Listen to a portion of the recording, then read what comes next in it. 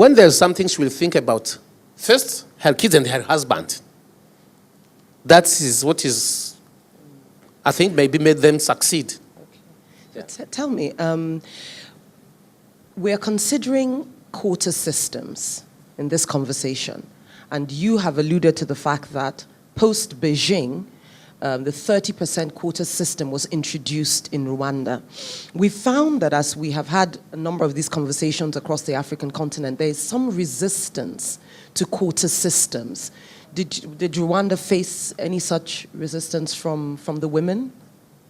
The quota system actually helps in the beginning because it's like imposing. You know, to change, you have to get something, first of all, how to put a law or a policy and implement it, force it. You have to force it first. But after it becomes a culture, people get used to that. And like you said, in the beginning, we're saying gender equality. So many people were saying, we are not equal. How can we be equal? One quick moment. Now there is gender inequality. Are the men going to start fighting to... That is it. But you know what happened is that finally, because in our language we're saying gender equality. So people were thinking, okay, and some ladies were taking advantage of that. Mm-hmm. A man comes from work, he wants food. No, gender equality. Go to the kitchen yourself. So we saw that it was really, it was a handicap. Mm. And we changed the message. We say now, gender complementarity. You understand? So gender complements. Yes, exactly. That is it. Okay. That is it. And now on the quota, I think people, they didn't react negatively to that. Okay, so if there wasn't any resistance, how did you, as soon as it was announced, the policy was announced, did women come out en masse, or did you have to deliberately begin some sort of government campaigns to get women to participate in the elective process? There was a big campaign. Can you describe it to us? Actually, I was even, as I said, I was Minister of Sports, so we were using many things, especially in sports. Because, for instance, in our country, people could not understand a lady going to play football. They accept they play volleyball or basketball, but football, they were thinking it was for men. And now, actually, even our team is going to play Nigeria this weekend. So they have been using many ways to change messages, radio messages, because in our country, radio is very, very powerful. Because actually, even the radios were used to, even for killing people, if they hear a message on the radio, it's like in the Bible. They respect it. So we have been using messages on the radio and using some women stars, to come and talk to the others, because the most important was not to change the attitude of the men. No, the women were the most resistant. They could not believe it. Are we allowed to do that? Can we do that? So, and later now, you see, they are very self-confident, doing business, being in politics. They are very self-confident now. Yeah. So, ladies and gentlemen, allow me to just take a small break as I welcome the arrival of my mother, Her Royal Highness Beatrice Agama.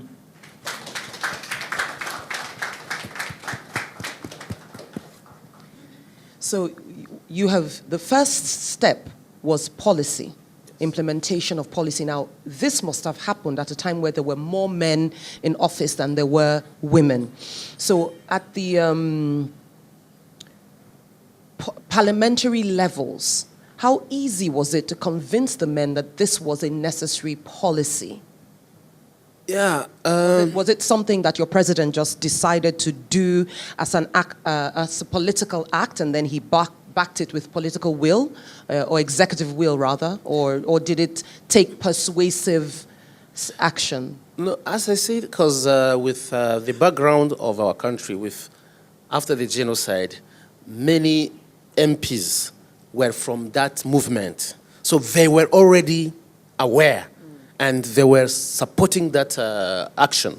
And as I said, powerful lady. Unfortunately, she passed away 2 years ago. She was called the Aloysia Nyumba, who was the financial of this. The Minister of Finance. Yes, and after she was Minister of Gender, and she has been very, very active, very, advocate. So it took perhaps one or two people to champion this movement within Parliament. Exactly. So if I were to draw a trajectory, would it be right to say that it began with one voice who pushed it until other voices came on board in Parliament, and then it moved to policy? Step number 3 became public awareness. Exactly. That is and this is how we see what we see today. That is it. And here I think you can use the same. You have started, and many, you start with a small group like this. But if these series are going, for instance, are on TV, and you really engage people, and especially you engage the youth. They are the one now with these networks. They can change what people think. Very, very interesting. You'll agree with me. And I think that to expand on some of the things that His Excellency, the Mr. Ambassador, has said, I would like to invite Mr. Tokbe Shaba, who is the National Coordinator for the Electoral Reform Network, to join us.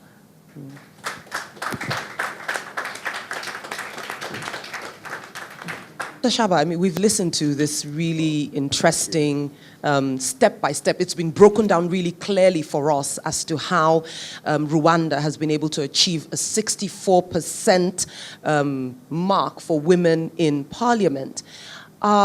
Is this a possibility for us? Are these steps something that we can replicate in Nigeria? Thank you very much. First and foremost, I think it's a great privilege to hear it from him. We've read the achievement of Rwanda in getting that 64%. But let me remind you that the way I would describe it in Nigeria is that there have been so many battles. We have won some, we've lost some, but we are yet to win the war. Okay? From 1999 till date, women groups, coalitions have emerged. And these are some of the issues that we have been pushing in our parliament, in the National Assembly. Electoral Reform Network, we mainstream women issues, youth, persons living with disability issues, and all that into our programs. Proportional representation through the use of party lists that he alluded to the other time is one of the recommendations that women groups are pushing in Nigeria. When you say one of the recommendations, where do these recommendations go? Thank you. If you dust, I'm using the word dust, various memoranda that have been submitted to the National Assembly from 1999 till date, you will find that recommendation in them. And what we are saying is that this discrimination and exclusion of women in governance has been on for a long time. 1992, I'm not a lawyer, but I've engaged with the parliament for a long time now. 1922 Clifford Constitution, if I'm correct, does not give a place to women. And I think men who were even allowed to vote were men of means. Those who have to have certain possession, before you can be allowed to vote. Not until 1979, if I'm correct, that we came up with a law that actually expanded the space for women to participate in governance. I think she's here. She will throw more light on that issue. So we have been pushing these issues for so long. And if you allow me to add, even the Constitution of Nigeria, the 1999 Constitution as amended, the first phrase, "with the people of Nigeria," when you see the word people, you assume that it is. Yes, that is inclusive. It's inclusive. Yeah. It's everybody. Only for you to start reading and to start saying the word he. So from the very language of the Constitution, women have already been, relegated to the background. Can I ask another question? Currently in Nigeria, the national conference is ongoing. Do the civil society groups or groups that are pushing for inclusiveness, do we have sufficient representation at the conference?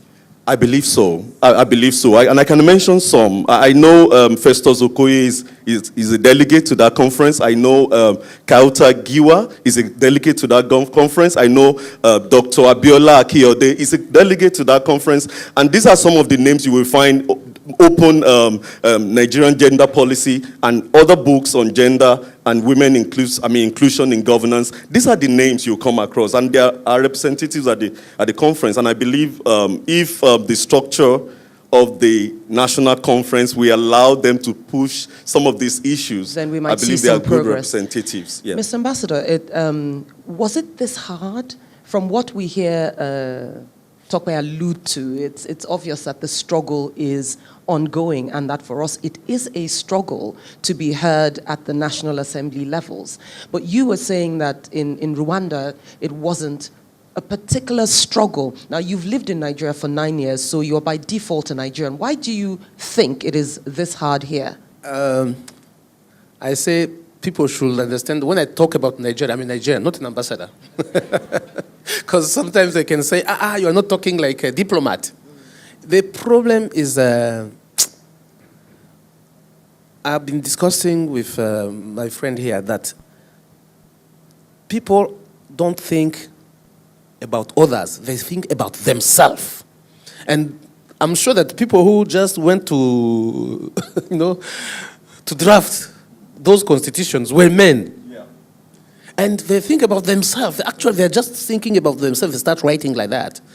And with the quality of women I see in Nigeria, if you speak out, and really speak out, not just like individuals, but as a group, and say, please, we have this to change, like you are doing.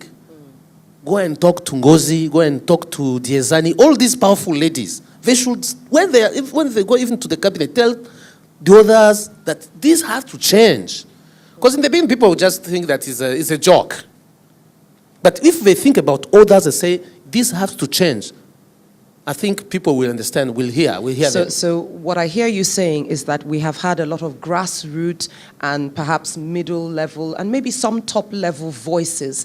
But if we can engage people who become poster children, or, I use that term advisedly, but a poster child for the cause at the very seats of government, then we might see more progress.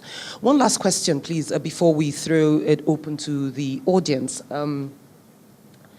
Each of us here is here because we'd like to do something about it. If you were to tell us in a handful of words what we could do to support what an organization like yours is doing, what would that be? I believe a forum like this is one of such. And when I tweeted about this meeting, a lot of people were telling me, I won't be able to be here, but can you share the report with me? Can you share the report with us? And you wonder, what would they do with the report? Is to pass it on. In your opening statement, you said, it's not about number, it's about what we do with the quality of information that we get from this platform. I believe what we can do is, the issues are not getting down to the grassroots. Okay. People are not, young girls and all that, I think they are not aware of this, of their rights. I think they are not aware of some of the things we are doing in Abuja and we are doing in some capital cities of many states in Nigeria. I think what some people can begin to do more. Yes, advocacy, and especially if we can tone down the language, as in just in an abridged version, tease out all the issues and take it to schools. We have students here. Take it around, as you're already doing. I believe getting the message around is very, very important before we start even to talk about building support for such issues. Thank you very much. I would like to open to the floor to take perhaps one or two comments on a handful of questions. Nobody is indicating how many I'm allowed to take. And second, how many questions? Okay. I see a gentleman. Let me just state that it is deliberate that we have more gentlemen in the room than we have women. Now, the reason why the Winihin Jemide series has decided to adopt this slant is because we felt that women for a very long time have spoken to each other.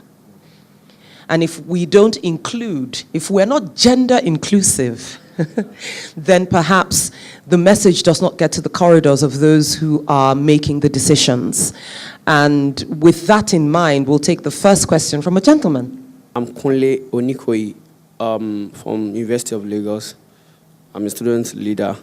I actually want to say that for us to get things done, to solve this problem of gender inequality, I think what the coordinator of National Coordinator of Electoral Reform Network have said is right, that we should get it done, mobilize people, so that we can actually have the problem solved. What I mean is this: the students, we are not aware of this in most cases. I think what we need to do is to take it down.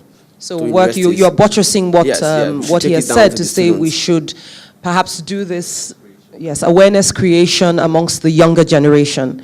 And I will start by charging all of you here who are from the universities. I'll start by giving you that charge and that responsibility not to stop. How many of you tweet? How many of you on Facebook? So there you go. The first charge is to you, that you have a responsibility to disseminate the information that we collate here today. Okay? Good afternoon. My name is Joy. I'm from the University of Lagos, a political science student. I want to also add to what my colleague said about making it known. I think while we're trying to make it known, it should be channeled down to the psychological aspect of it. Like, we need some sort of a reorientation program when we're talking about women in involvement in governance and all that. You see, there's this natural belief, or do I say a belief created by we, like humans, that the women are like the lower sex, the male are more, domineering and all that. And you begin to see that this belief, as little as it is, it has eaten deep into us. Sometimes even we, the women, don't have the courage to even come out for such positions. Like, I remember a certain time when I wanted to go for a post in my faculty, I began to ask questions like, why can't we have a female president, a faculty president who is a woman?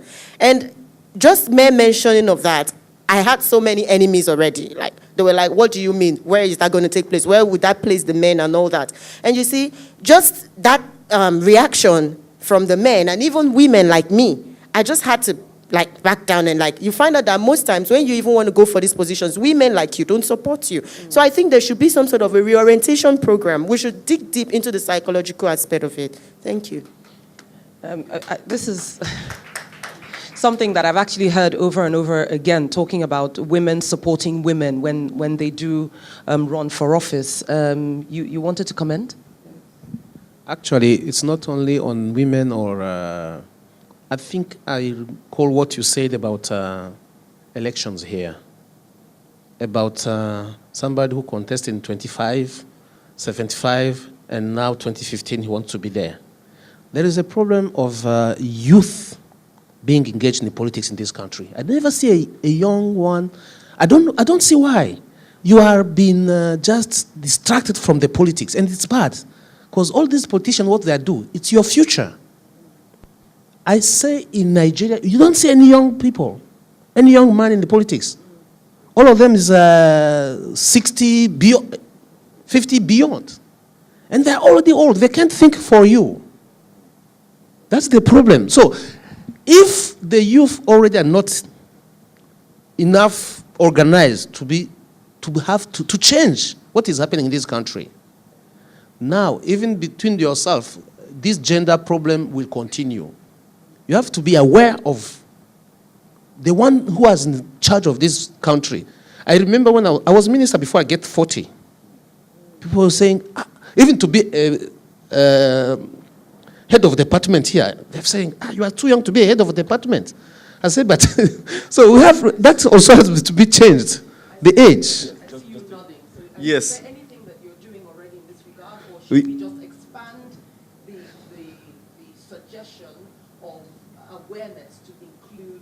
psychological aspects that... I totally agree with that. I just want to add to what the ambassador said. But I want you to be aware that it's not that young people of Nigeria lack character, competency, and everything it takes to hold political office and all that. If you look at, I'm aware of Yako, Yaga, and so many other youth groups.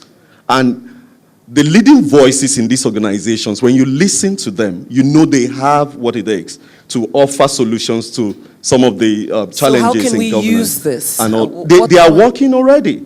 If you go online, I can see people tweeting and all that. There is no single day that they don't tweet about these issues. No single day. We are always watching out and we are speaking out. One of the things we have said is that this is from rhetoric to action.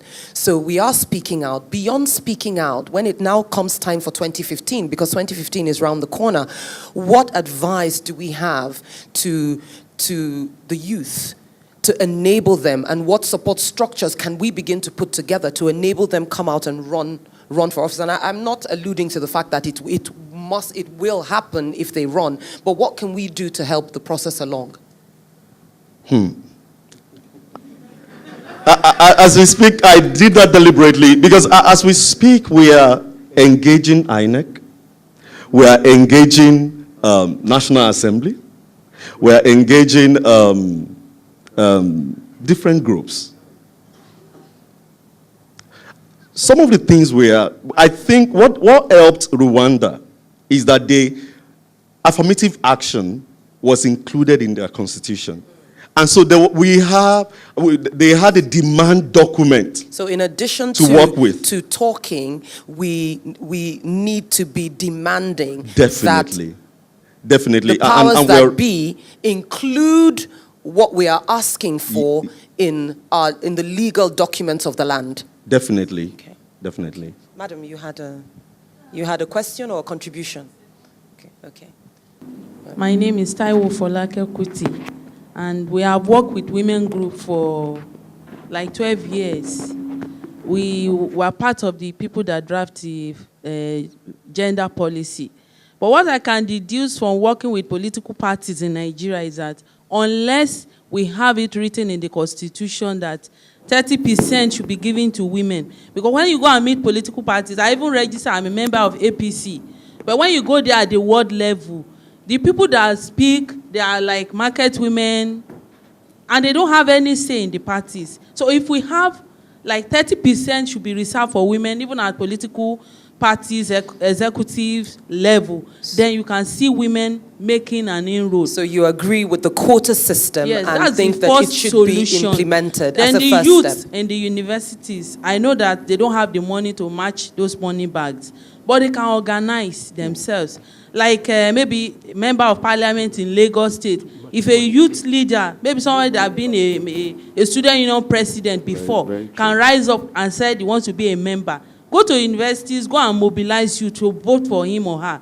I think that will also challenge those people. So there's a message here to say youth support each other. Yes, they are very large in number. Okay, thank you very much. My name is Dr. Chinelo Joy, a lecturer at the University of Port Harcourt. I just want to ask a question and make a contribution. When you were closing in your remarks, you said gender must emerge in institutions, in governments. And when gender emerges, the economy becomes more sustainable. My question is this organization doing anything, or do they have any projects in place to support women empowerment? Because for women to come out, to go into politics, to be heard, you need to be economically substantial. So that is my question. Is this organization, do they have any projects, or is there anything they have in place to empower these women? That's a question. And then finally, I want to contribute, just like the Rwandan ambassador said. He said something about women whose husbands were late, were involved in war, being supported to improve in their businesses by kind of giving them loans. Did I get you right, sir? Good. So that's just my question and my contribution. Thank you. At the Winihin Jemide series, in response to answer your question, we recognize the fact that we can't be, or we would rather not be the jack of all trades, but we would like to be a master of one. And this is why we have parked our vehicle here, by creating platforms that enable discussions, and as an offshoot of those discussions, disseminating the information, first of all, collating the information as articulately as we can, which is why after the launch session, there'll be a town hall meeting style where we begin to gather all the things that we have talked about in a point system, and then have all of us who are here agree that these are the things that we have discussed and these are the things that we think are important. They'll be limited perhaps to somewhere between 7 and 10 points. Our job thereafter would be to try and get these points across to civil society groups, leaders of industry, shapers of policy, leaders of government, and that is where we have decided to stay. But there are certainly groups that support women in terms of financial empowerment, and but that's not one of the things that is our particular focus. Well, ladies and gentlemen, our very, very big thanks to the Rwandan ambassador for joining in this conversation, and to the national coordinator of the Electoral Reform Network. As I said, after lunch there'll be more opportunities for us to interact and hear more about what his organization does, as well as several other organizations that are represented here. Thank you very much. Thank you. Thanks. Thank you very much. Please, let's give a round of applause again. Well, it's only going to get hotter and more interesting. Like I said, we have almost everyone seated here can engage comfortably in a panel. We have a panel coming up again. And this time, it's not just going to be 2. We have a panel of 4. And well, knowledgeable people. Leading that panel would be Ayo Obe. I believe we already know her, so we clap. Yeah, she goes for it. Please join us about her. Honestly, if I were to read her... Okay, we already know, right? Okay. All right. I will just call all of us up stage, and I'll do a brief of the people that we're calling about. Then, joining her upstage is Mr. Fidelis Mba, a journalist with BBC Worldwide. I have Mr. Jafet Omo Funwa. I'm sorry, I did spelling here. I'm so sorry. Forgive my pronunciation. Yes. And Mr. Chibike, please, you forgive me. Let me start begging for forgiveness before I pronounce the names. Okay. Okay, oh, sorry. All right, thank you very much, sir. All right. He's the National Coordinator for Transition Monitoring Group. And lastly, we have Akimbola Jemide. Right? Okay. Please, you just hear briefly, they'll mention their names and just a brief of where they're coming from, so that we can get their names correctly for those of us tweeting at the moment and those of us that are actually doing the blog things. Thank you very much. Well, we have heard of the example of Rwanda. And as I was saying to the ambassador, that the usual reaction of Nigerians is, Rwanda, how many are they? Fortunately, he's already given us the answer, that you don't have to start with everything in Abuja and the president, that we have to break it down. How are we going to break it down so that we start to see these changes occurring at the ground level? Perhaps I can start at the far end, because when I talk about the ground level, we're also talking about the the younger ones that are coming up. And as we expect things to start from the bottom and grow up, so we also expect the young ones to begin things and to carry them forward. So I'm going to start with Japheth. Thank you for inviting me. I think that structurally, Nigeria is not well set up because there's a lot of responsibility at the center. Because, for instance, the federal government gets as much as 56% of the resources, and then all the other federating units have to share. So we have to look at devolving that responsibility and make it, like Kenya did, I don't know if it's working already for them, and placing a lot more responsibility on the local government and then, of course, on the state government. Then apart from that, starting from the start, I think when it comes to this issue of women representation, I think it has to start from the family. You would note that families where the dad places a lot of value and trust and belief in the mom, the ladies, the young girls that come out of such families are often a lot more confident. They are a lot more, they have a lot of capacity.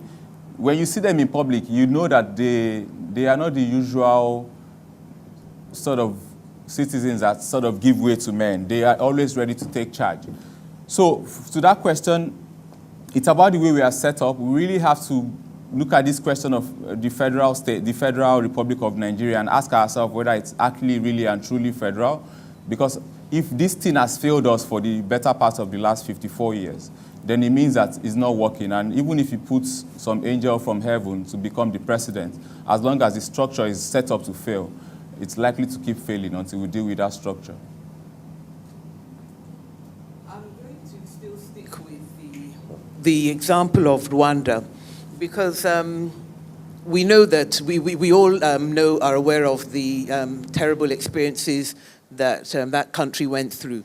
We've been through our own civil war, and we still seem to find ourselves in that situation. So I want to ask you, Fidelis, with your experience, particularly as a journalist who's been covering Africa, as well as being the Nigeria expert at the BBC, do we have to, first of all, undergo the trauma before we start recognizing the importance of fairness and inclusivity?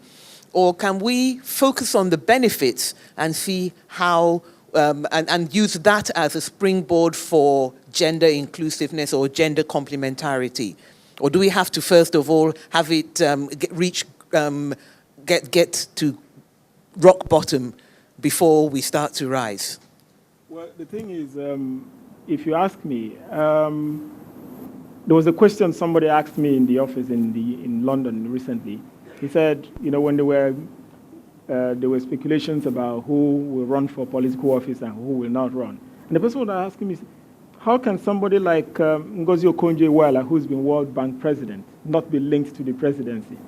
He asked me, is it impossible for her to be president? And I said, well, in Nigeria, a lot of factors come into play. Because here, we still don't deal with the issue of, whether you are educated, you're qualified for that position, unlike other countries who look at people based on merit. Here, in Nigeria, here you have to deal with the issue of tribe, religion, and then culture. Like Japheth mentioned, culturally, there's a need for serious reorientation on the part of men in Nigeria, where anything, like the saying that, the woman's education ends in the kitchen. In other countries, they respect women for who they are. They give them positions based on, what they are able to do. But here, until recently, I think last month, that's when APC produced the first party leader in Adamawa State, a woman. I think that's the first time. And then in 1999, that was the first time we had the speaker from Benue State House of Assembly as the speaker, So now, if you just talk about, say, maybe going to the roots